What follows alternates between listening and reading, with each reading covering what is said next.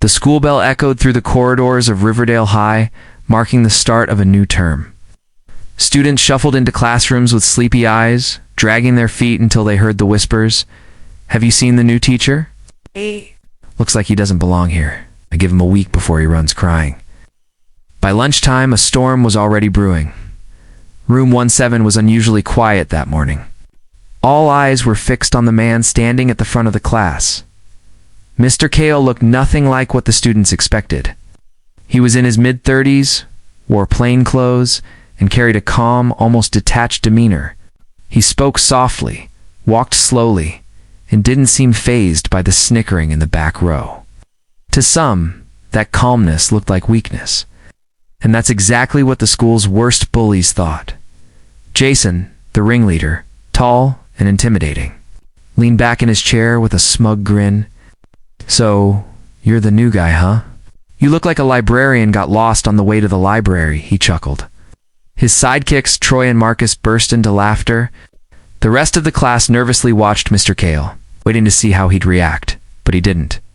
He just smiled faintly and said, "Let's begin." Over the next few days, the bullying escalated. Jason would accidentally bump into Mr. Kale in the hallway. His papers would go missing. Chalk would mysteriously break in his hand. Even worse, the students refused to listen during class. Every lesson became a circus. The administration turned a blind eye. Jason's father was a major donor and no one dared cross him. The teachers had warned Mr. Kale privately. "Don't take it personally," they said. "Just survive the year." Mr. Kale wasn't there to survive. He was there to change everything. One Thursday morning, the class entered to find the room completely transformed. The desks were gone.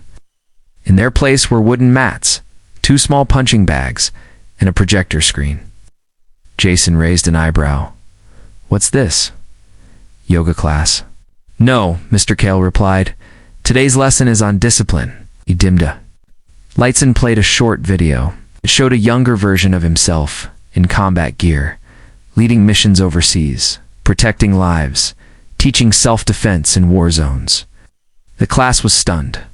Mr. Kale was a former Special Forces instructor. When the video ended, he walked to the center of the room. "For those of you who think power is shown by humiliating others, I invite you to test that idea now. 1 minute. Come at me, one at a time, or together. Show me your strength." Room went silent. Jason smirked. "You're serious?" "Very." What followed shocked everyone. Jason lunged first. In less than 3 seconds, he was flat on the mat, staring up in disbelief. Loud. Troy followed, only to be gently spun and pinned with minimal effort. Marcus didn't even try. He took a step back and sat down, pale-faced. The class gasped. It wasn't just the speed or skill, it was the ease, the calmness. Mr. Kale wasn't angry. He didn't shout. He didn't hurt anyone. He was simply in control. After 60 seconds, the room was silent again. Mr. Kale knelt beside Jason, who was now visibly shaken. "I didn't do this to embarrass you. I did it to teach you. True strength is quiet. It doesn't need to prove itself by making others feel small."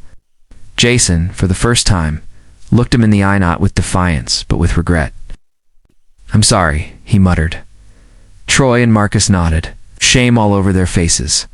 What happened next would ripple through the school like wildfire. The story of how the quiet teacher humbled the bullies in a single minute spread to every hallway, every cafeteria table, every social media post. But the most important change happened in room 107. Jason stopped mocking and started listening. He joined the debate team 2 weeks later.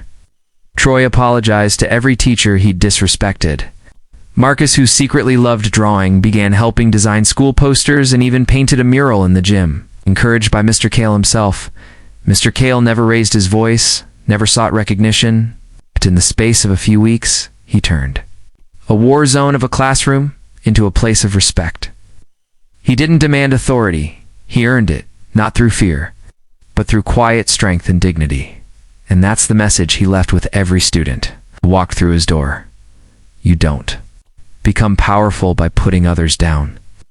You become powerful when you help others rise.